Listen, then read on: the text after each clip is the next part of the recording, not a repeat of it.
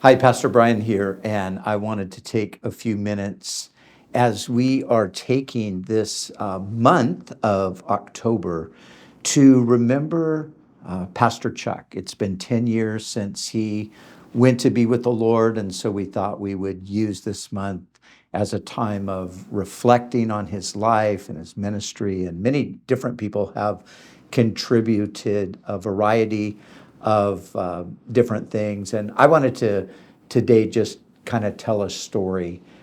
Some of you have probably heard the story because I've told it on occasion while preaching, but it's a great story that just sort of illustrates who Chuck was in a lot of ways, and his heart, his forgiving nature and compassion, things like that. So, as some of you would know, Chuck was my father-in-law, and back when we were fairly young and only married not too many years, I think we just had one child at the time, we were able to buy a house, a small house. And Chuck was very helpful. He wanted to do everything he could to make that house a home for us. And so he would always come over and do little things here and there. Well, one day he showed up with this really great brand new power lawnmower. And I think he was hinting to me that the lawn needed to be mowed. And so I took the hint. And anyway, it wasn't the same day, but maybe a few weeks later, I was planning to mow the lawn. Chuck decided to drop by, sort of a random drop in. He wanted to check on a project that he was working on or something.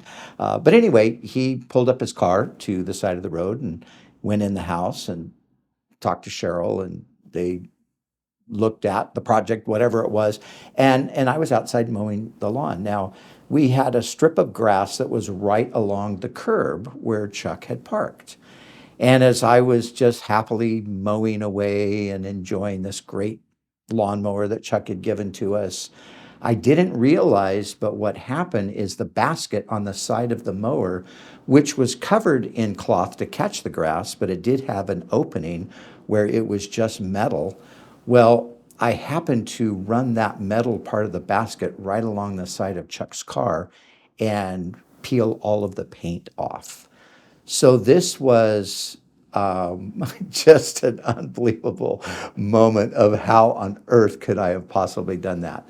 And what I determined immediately was I wasn't going to tell him because how can I tell him? The guy gave me the lawnmower. He's at my house. He's working on the project, and now I'm going to go, hey, guess what?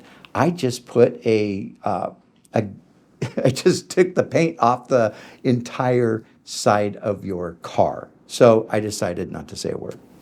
So anyway, a day or so later, Cheryl, my wife, tells me she was on the phone with her dad and he is really kind of down. And I said, oh, what for? And she said, oh, somebody keyed his car. Somebody scratched his car and he just doesn't understand. Who's angry with him? Why would somebody do that to his car? And I was like, gosh, I don't know. That's terrible. I can't believe that somebody did that to his car. And so this kind of thing went on literally for weeks. And it just seemed like twice a week it would come up, this whole thing. Chuck was really disturbed that somebody out there didn't like him and that somebody would not like him so much that they would take a key and run it along the side of his car.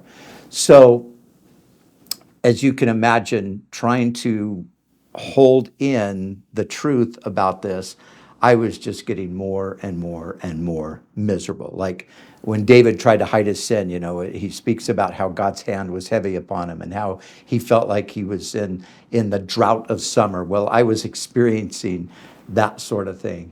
So, make a long story short, probably a month has passed. I still haven't confessed. Chuck is still bothered by this, and one day Cheryl and I are driving along, and she brings it up, and now she's kind of bothered by it. Like, I wonder who's against my dad. I wonder who would do that to my dad's car. And I couldn't contain it anymore. We're driving along, and I just looked at her and I said, "I'm the one who scratched your dad's car." And she just threw her hands up and said, "What? what do you mean you scratched my dad's car? I said, I'm the one who did it. And she said, why would you scratch my dad's car? I can't believe it. My dad's been so good to us. He's done all this stuff. I'm like, yes, of course he has. I know that.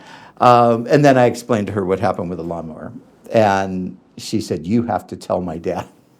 So, of course, I knew at that point that I did need to tell him. So I called Chuck and I said, Chuck, I've got something to talk to you about. And he says, yes. And I said, you know that scratch on your car?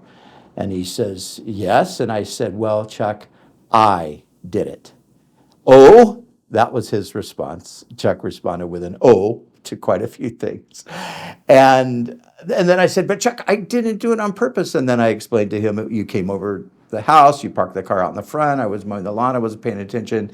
And as I kind of gave him the explanation, I heard on the other end of the phone, ho, ho, ho, ho, ho.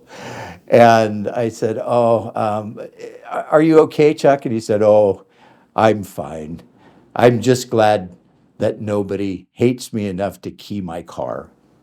And I was forgiven at that moment. So I've shared that story a lot of times in the context of preaching about being forgiven and the guilt that we carry, and how when we confess our sin, how God is merciful. And he just says, you're forgiven. So that's one of my really fun memories of Chuck. I have many, many more that I could tell, but I thought that would be a good one to just share a little bit about the kind of person Pastor Chuck was, and the heart that he had as a wonderful father-in-law who was always there to help out and even to forgive when necessary. So hope you're encouraged.